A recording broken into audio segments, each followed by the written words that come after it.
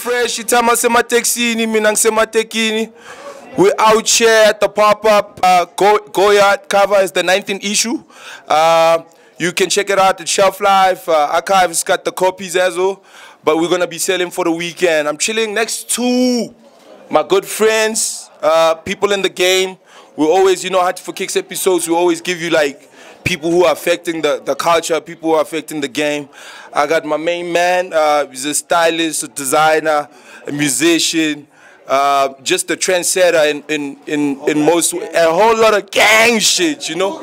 Stilo Makolita is here, and next to him is, she's a DJ, she's also like a rapper. She's a marketing extraordinaire, works with big brand like Nike. Now she's doing the NBA stuff. We're gonna get into that in a little bit. Yo, welcome. Thank you, MK. Whole lot of gang shit. Yeah, my nigga got the grills. Yo, Steel, I'm gonna start with you, man. The album. Hey man, keep it down. The album. Tell us about the journey of making the album. I know it's your first album, and it must be like close to your heart. Just tell us a little bit about that. Yo, creating the album was crazy, man. Like, it's a long ass journey. It took me about 12 months. Yeah. To actually decide it's an album. Yeah. 6 months to produce the album. 3 months to package it. 1 week to decide what the singles were. And to create the artwork and all of that, that took me and Young Stilo like a couple hours, you know, a whole lot of gang shit. Yeah, so yeah, it was a beautiful journey, but more than anything, I think the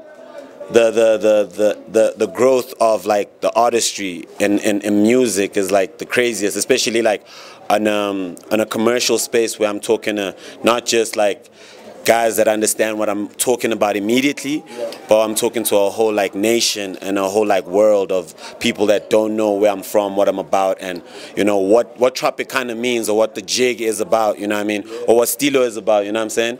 So yeah, I think it was one of those journeys that I had to take, and right now, man, I think it's the reception's been crazy. The kids really love it, you know what I mean. The ladies really love it. You know what I mean? They be cephalotion and shit. You feel me? Sick. Tell me a little bit more about the Tropica thing, the concept behind it, because you were like saying it's like a urban kid on holiday, or like just tell the people a little bit about that. It's like I've always like, I'm from Joburg. Not a lot of y'all are from out here. I know it feels strange. I know I'm from here, like born and bred.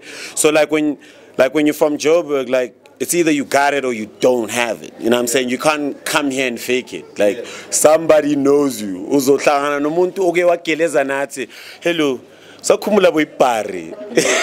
You feel me? It's one of those things. So, you know what I mean? Growing up in Joburg, I've always kind of been like on my own wave, you know, and in definition of it is kind of, I've always been jiggy, you know what I mean? And one of my biggest traits as a dude in the street, I roast everybody. Everybody can get it.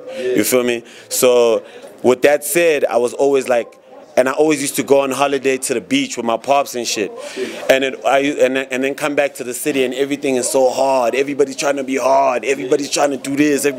But I'm so laid back in a way that I kind of know what I'm doing, but at the same time trying to calculate my moves. You know, so that's where the tropics come from. You know, and the jig, I guess, is self-explanatory if you know me or if you've seen me. It's that fly shit. You know, I'm a fly young dude. I do my thing. I see you. Yo, Pudi, I know you don't want to talk a lot, but you know, I wanna tell us the journey, because I know like when I met you, you were doing this rap thing as a female and DJing and doing the art stuff. So tell me a little bit about that. Where does that come from, and the whole female MC? How you feel about that? Nah. Yeah, so I think not many. Hey, hold up, bro. Yo, watch out, yo. Hey, watch out, bro. The books are excited. I think not many people know that about me. Maybe because I guess I've done a lot of things in life. So some things like that you do disappear for a bit while you're focusing on something else. Yeah. So I've always loved music, and it was like you listen, you're into this hip hop thing, you're young, you're at this old girls school. It's like rap is weird, but me and my friends listen to DMX and we're like at school all the time, you know. So it's like, you know, but you know, it's just like if you somebody who likes music to the point that you're gonna make music, you can't fight it. Like, so you start writing and you start like, okay, I'm gonna just hustle something. Obviously, people don't take you seriously. Unfortunately, sometimes in those kind of spheres when you're a girl, so you're just like, well, I'm gonna do it anyways. I guess I was like that, and I just met all the right people who were willing to. I was in Cape Town. They send me beats, like a CD, like in the post. I get those beats and listen on like this CD-ROM, then like write and rap, and then like hustle somebody to go like record stuff. And I remember like the first song that I sent to radio, I actually went to. I was on holiday in like in Joburg base. I came home for holidays, and then my friend like went to Bongani Fasi and Deleuze when they were like rapping, and then she was like, "Yo, my friend Booty, she raps," and then you know I was just like very quiet, whatever. They were like, "Really, she raps? Okay, let her go record," and I did the whole song in one take, and they were like, "Fuck." Excuse my language, you know, and that we took it to radio and became Song of the Week on YFM and everything. So it was just like, you know, you do it because you believe in it and stuff. And I think it's important when you female to like go and do things that nobody wants you to do, because you have to. Otherwise, you don't create a path for other people. You know what I mean? Not to say that I was the first person, but I think that other people see it and go, I can also do it. You know what I mean? I'm not going to have as many barriers as I thought I was going to have. Ideally, yeah. And obviously the marketing side of you and all the companies you work for, where did that come from? Was it a school thing, or was it something that you always wanted to do? So with that, it was like I went to varsity. I come from a family like, you know, my parents study. They like, you must go to school, what. So obviously I finished school and I wanted to go be a DJ, and they were like, oh, okay, you know, maybe go study and then you can do that after. They tricked me basically. I remember that my mom was like, if you get like A's, I'll buy you turntables. So I went to study, got my A's and get the turntables. But like I was like with the school stuff, I studied marketing, but I studied finance after because I didn't want to go work. I ran away from work, so I told my dad, let me go study economics. I'm going to be so smart. But just because I didn't want to go work. So while I was studying that, I got offered a job at Investec. So I went to go do a grad program there. And while I was doing it, I got a full-time job there. Cool, I'm working, making money. But then like I would go DJ at night. So it's like you're DJing, then you go like Investec. It's like, okay, what's happening? Like, you know. And I was like, what do I really want to do? So I thought about it. I was like, I want to do strategy because I feel it's like you can, still part of culture. Yeah, you know, you can leverage all the stuff you learn and solve problems and stuff. So I went and did that. Like I started looking for jobs, but I was looking in Cape Town everywhere. And one day a friend of mine called me, a girl I went to school with, and she was like, we're looking for a strategist, like I think you'd be really good for this thing, and I know you're looking. So I was like, okay, cool. So I went like to interview, they hired me like straight away, and then I moved to Joburg. What was that? Was that Trigger? Yeah, a Trigger, yeah. Yeah, dope. So then the client... Trigger was like a crazy agency, like at that time. Yeah. It was like doing like cultural stuff, like youth culture stuff, you know what I mean? So like Gallery on 4th, like MK, like Stilo, that's where all of it started. No. So I worked with, I got hired there as a strategist, but Nike was one of the clients. So like a year and a half into that, Nike called me and was like, you know, slipped a job spec into my inbox, and they're like, yo, you should apply for this. I applied. They took so long to get back to me that I took another job because I thought I didn't get it. And then 3 months into the other job, I got a call like, oh, we took our time, but you should come through. So I quit and went straight there, and that's how I got into it. And then the NBA, what do you actually do at NBA Africa? And tell us a little bit about the basketball culture as well in Africa as a whole, because I know you're in Nigeria. Yeah, so I think the cool thing with the NBA in Africa, I'm the marketing lead for Africa there. So what's so cool about it is that like the NBA touches so many different like touch points in life. Like there's a sport part of it, but then there's like fashion, culture, sneaker culture, all the stuff that we're talking about. And to get to go and like see that in the rest of the continent is a big thing because there's a lot of talent here. So, you know, I was in Nigeria, in Abuja. I'm sure people don't even know where that is, but it's like you meet these kids who are like 14 years old and they're like 2 meters tall and they just want to learn and try and do some stuff. And you can see they got the talent for that, you know. But with the programs that run there, like Junior NBA, they get to actually work with different coaches, find that talent. There's actually an elite academy in Senegal. Yeah. So it's like there's people who like you can find talent there, number one. But even if you're not like super skilled, you know, you learn a lot of cool things around playing basketball. So it's like you learn about teamwork, things that you can apply as a rapper, you know, hard work, whatever, or as somebody like working in a corporate and stuff in the end, you know. So you learn a lot from that, I'd say. Stilo, yeah, I'm back to you, my brother. You know, I really respect your hustle and what you do, but I want to talk a little bit about the Vans deal. I mean, Vans was in South Africa. Obviously, everybody knew about it, but when you started popping with them, it actually went like crazy on the streets. Like everybody seemed to had a Vans sneaker after you were on the billboard. Tell me about that endorsement. How did that go? I always kind of view myself as not a rapper or whatever you want to call me. I just think of myself as somebody that works in the public sector of humanity. So I'm just like everybody else. The only difference is that I just do things that everybody gets to see. So when I did the Vans thing, it was very casual. So firstly, I got approached about it by the Bread like a year before, and they were like, "Yo, there was this concert they wanted to do, and they were originally the first people that wanted to bring like A$AP Ferg and all of that. Yeah, and that was like the plan. They were like, oh, want to do a 3-city tour, you and A$AP Ferg, da-da-da-da. And then that kind of fizzled out, never worked out, and was silent. And the one time I'm in Cape Town partying, and then, what's his name, that homie from Salsa? Matt hits me up. He's like, yo, man, let's link up for a drink. And we link up, and he's like, yo, dude, so Vans is about to do their 50th anniversary, and they think you're the guy for it, you know?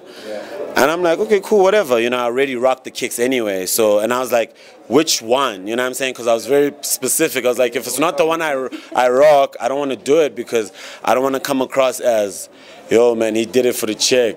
Even though I would have done it for the check. You feel me? So they were like, yo, it's the skate high. I was like, yo, let's take it to the top. That's the joint.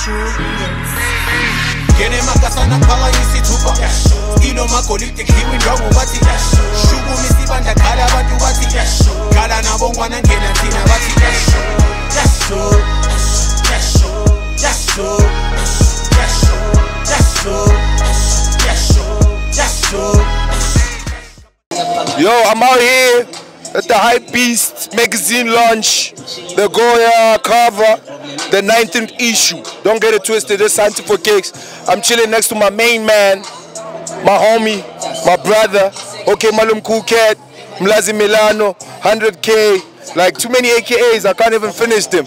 Yo, what's up with you, Smee? After the Mlazi Milano album, tell us the outcome. I know you dropped last year late. Tell us the outcome, man. Well, we've just been playing shows, we're trying to do merch. Still struggling hard, like I still don't know how to sell merch, but we're making plans to get it to you. But we're playing a lot of shows, man. We're trying to up the game, like in terms of performance-wise. Shooting more videos soon. We got the short film dropping now for Amalobolo. We dropped a video, the short film is coming. This out, doing his thing. La Liga is next. There's a bunch of stuff I want to do, you know. And obviously you spoke about match. Where can they get the match? Did they get the match at the shows, or there's a spot where you got the match at? Yeah, at the shows, but like we're really trying to get it to you like as fast as we can. Like we're trying to make deals with Amazon if they out here. Take a lot, listen to us, man. We're trying to get it out there. You know? No doubt. Smee, when we were in the game, we started way back, like almost 10 years ago, with the whole streetwear thing, the sneaker thing, and Hypebeast has always been like an index where we like peep in to see what's going on globally. How do you feel about a hard copy? I collect Hypebeast, like Hypebeast hard copies all the time, and I check it every day. Like I'm not scared to say I check Hypebeast music almost every day, man. Maybe not the fashion too much anymore. Music, articles, like editorials a little bit, like, you know, High Snob, Hypebeast. I don't know if I'm supposed to say High Snob, but yeah, man, like those two giants, man. Alright, we're out here with Okay Malum Cool Cat, Saba Malume Balek King. Don't get it twisted, MK Fresh, Okay Malum Cool Cat. We're coming out with an album too. Album is coming. I'm chilling with the fire starters. Like all the shit you see right now, they started this shit. Like, don't play with us. I'm chilling next to Pigel. Some of you know him as Pigo. one of the illest sneaker collectors, sneaker heads, event coordinator, crazy with his game altogether. And on my other side, I got 80, 85. He started the Boogaloo's journey. All the skate shit that you see, my man been doing it for years. Yo, tell me a little bit about Hypebeast. What does Hypebeast mean to you? .com as a website. Damn, that's the who. Actually, that's the who the whole time. Because like Hypebeast 10 years ago, man, none of this was happening when we were on Hypebeast 10 years ago. So naturally now, when I see things like this, I'm like, damn, 10 years later. Yeah. Actually, what got me into it actually still works the kids now, actually. Yeah. You know what I'm saying? Basically, if women got Cosmopolitan, the street got Hypebeast, actually. And so it's like, yeah, man, it's great to see it come to SA. It's been a long time coming. We can stop buying the stuff overseas. I can actually walk into a store now in SA and get it. That's the woo. No doubt. AD obviously started online, now it's a hard copy. How do you feel about the two? Because apparently print is dead, but... Yeah. Look, yo, shout out to you, MK, for this. It's really an exceptional offering for us. Shout out to my man, Pigo. Look, man, print, yes, is struggling a little bit, but we've been fortunate in South Africa to still be taking in the medium a lot. What is really cool about having the two exist next to one another is that for people who can't exactly get online, they can buy it and keep it for longer. It's the longevity part that's really nice about having it as a print copy, and you can really freak it when it's a hard copy. You know what I mean? You can cut it out and have a mood board for it or whatever. You know, that's the real nice thing about it. But what's really cool about it, also having it online, is that the accessibility is very immediate. You know what I mean? So yeah, shout out to you with the Hypebeast. Shout out to everything that you're doing, my man. No doubt. Chilling next to my brothers, hunting for kicks. Hypebeast edition. We out here. Triple S, we out here, baby. This is J-Sack, hunting for kicks. Still your man's MK Fresh. I'm chilling with Fred Peck, the duo, the rappers from the V, from the Vow. Tell me about what's happening with the music game. Hey man, right now we just in search of inspiration. That's a nerd album actually. You know what I mean? In search of, you know. So we're in the lab cooking, you know, doing the right thing, man. Yeah. No doubt. Hypebeast, we're always online with the Hypebeast.com. Always checking the freshest shits. How you feel about the magazine sort of coming through to SA and you can get a hard copy? I love it. The one thing I love about it, it's a collector's for me. You know what I'm saying? It takes me back in the days where we used to skim through, go to CNA. I don't know if y'all know about that. Go to CNA and just sit there because we couldn't afford to buy it. You know what I'm saying? Just, and security would be like, man, and shit. We sit there. You sit there, my nigga. You just sit there. Double XL, the source. You remember those days? Yeah. So it takes me back to that, and I love it, yo. And how often are you on the Hypebeast site? Every day. That's crazy. Every day. What's your most favorite? Because obviously they got that sneaker shit, they got the music, they got the videos, they got. What's your first? My first thing is music, man. You know what I mean? Like, you know that Hype Track was sort of like a subdivision, and now it's back like merged. Now it's Hypebeast music. So music is definitely the first thing. Then I love to check out the forums. You know what I mean? Just to see what the common man on the street is rocking, whatever, and what they doing. And of course, then the sneaker vibes and everything there, man. No doubt. This is Fred Peck. We're out here taking over this year. We're dropping an album. MK Fresh and Fred Peck. We're out here. Peace. A tricky question that we always ask here. What got you into the whole sneaker thing? It's now become like a worldwide global business. How did you start with the game? I have an older brother. He's can't do the math now, but a couple of years older than me. So if you growing, for me, like it influenced a lot in terms of like what I thought was cool, because we were like really close. And if he like in his teenage years is when he's actually involved in like watching NBA and kind of like, yo, these sneakers are so cool, or this hip hop music is so cool. Now he comes home with this music and I'm like, okay, I'm just gonna do everything my brother's doing. So I listen to that stuff and then I'm like, this is so cool. So bit by bit you're learning about all this thing that you don't really know what it is. You're young, but there's bits and pieces of it that you really love. I was telling someone outside how like when I was living in, I mean, obviously in high school I didn't have much money to do anything, but when I was in Cape Town, like I used to go into Shelf Life and just walk in and look at the sneakers and be like, I don't have money to buy these things, like, you know, but this is cool and this is cool. And little did I know that later, you know, I didn't know at that time that my life would end up be where I am right now. But that's essentially how I got into it through, I would say, my older brother, actually. Oh, sick. And Steven? How I got into sneakers, I feel like there were like seeds were planted like as a kid, like, cause I remember like growing up when I was a little kid, I used to rock like the slip-ons. I don't even know what brand there was. I don't think my pops was brand conscious. It was just slip-ons. But my first ever sneaker that I ever wore was an All-Star, a 3/5, the lows, a white one, because it was like one of those like my mom will make sure I flex for church, give me the shoes, look nice for church.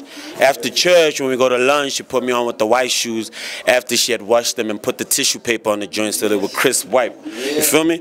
So there's tricks.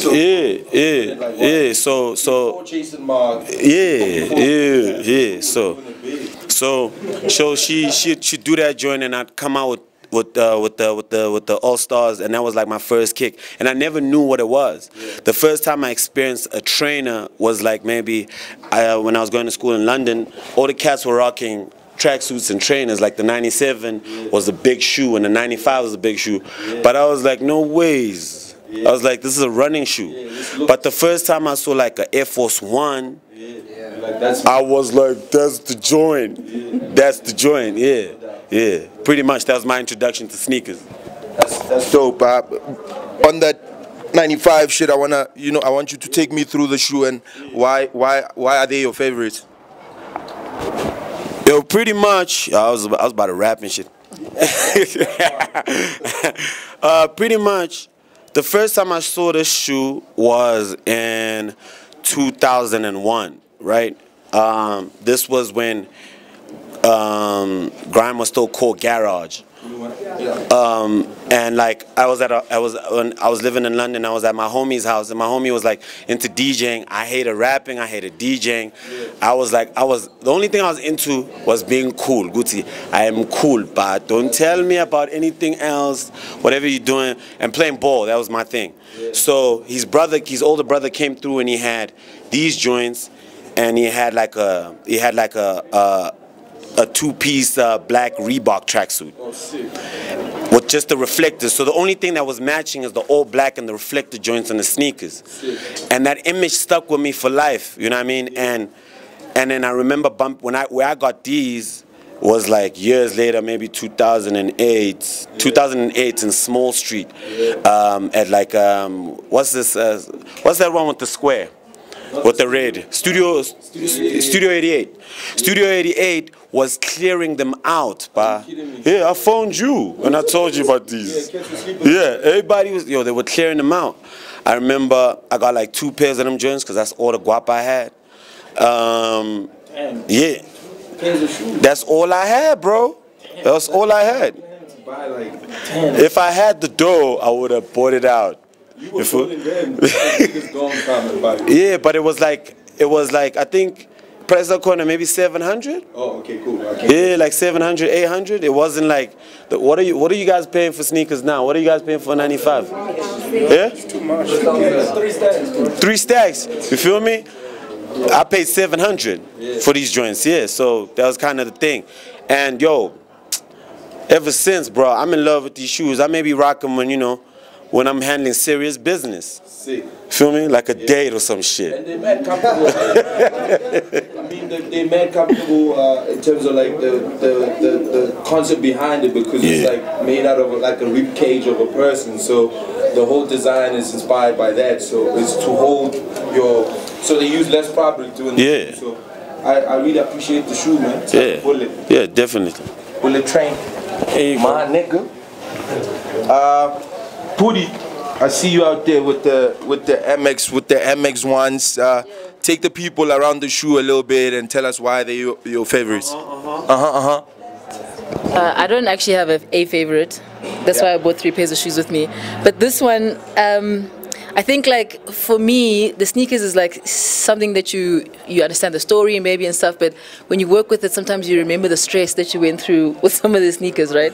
So like I worked on Air Max Day a lot, and there's 2 things about this. It was just that you get to like, you do a campaign maybe, and it's like, how are you going to make it even better than the year before? Because you got to do something that stands out, you know what I mean? So it was like with this Air Max Day, when this sneaker came out, it was like there was a lot happening, wasn't sleeping, a lot of stress and stuff. I knew the story of the sneaker and everything, but it was kind of like the testament of like the work that you had to go through and the suffering that you had to deal with. It's the Atmos Air Max 1. What's cool about this is that like it actually dealt with like 2 campaigns. So it was a sneaker that came out. They had this vote-backed system basically. So they were saying to everybody in the whole world like, what's the one sneaker that you want Nike to bring back? Which talks about like how amazing the sneaker was when they made it, right? The collaboration with the Atmos guys. So when people voted this sneaker out of the whole, I don't know how many sneakers Nike's made in terms of Air Maxes. Air Maxes over the years, they picked the Air Max 1 Atmos. So it was a sneaker that came back this year as a thing.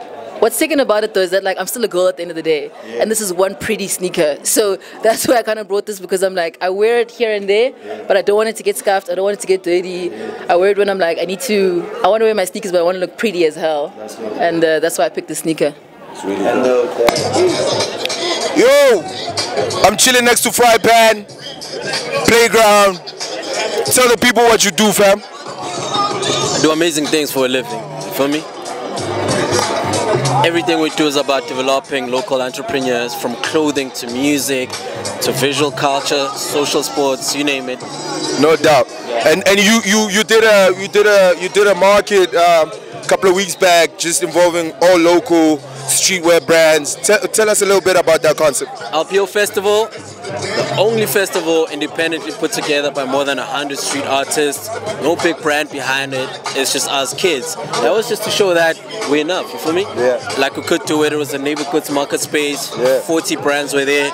20 musicians on stage. And a lot of other people, the street team. So it's like it's a practical thing. It's like 40 local brands, 2 people average, that's 80 people. 2 people on stage, on average is 3. So that puts it on 60 plus the 80. We were over 100.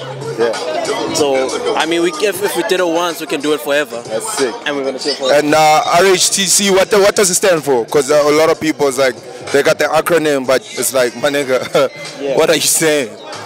RHTC, returning home to create. Damn. That's it. Poetic, you know what I mean? No doubt. This is Fry Pan. We're still at the Hypebeast launch. Up is MK Fresh. It's Tekini, Minang Tekini. We're out here at the Hypebeast magazine launch. It's a pop-up store for 4 days. I'm chilling next to my brothers out here. Introduce yourself, brother. Hey yo, my name is Ham Nation, aka Hamlet. My brother. Sepodi Box, aka El Supreme Leader on Instagram. Sick. Tell us a little bit about what you guys do. Me, I'm just a kid who's busy with streetwear around Josie. I'm still a student though, and I'm finishing. Actually, I'm doing my last year, and actually, I'm planning doing something big and getting inside throughout. And the triple ST, where'd you get that? I got it at Deep Street. I was inspired by skating. Damn, dog, you're doing your thing, baby. Most people don't have that T-shirt. And you, what you do, my friend? Yo, I'm a student at Rosebank College, man. I do IT. Yeah, that's pretty much it. Sick. I see you with the bootang and the streaks. Tell me where to get these stuff. Get it online, fit. Online, fit. You know people online, just pushing boundaries. Fit. No doubt. And then you got the ones, the Flyknit game. Flyknit. So where'd you get those?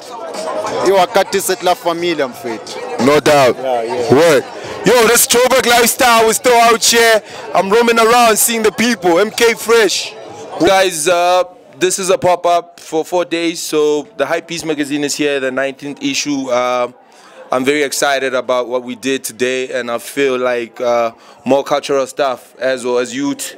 Let's try to do that. Let's not just carry on with the hype, because the hype don't build the culture, you know what I mean? It's just, well, I guess it does. It brings people in, but the real shit is just really, really doing your own stuff, designing your own stuff, starting your own stores, being about you know what I mean? But I'm not gonna preach. This is MK Fresh. Itamasema Texini. Thank you guys for coming. We live. Peace, peace.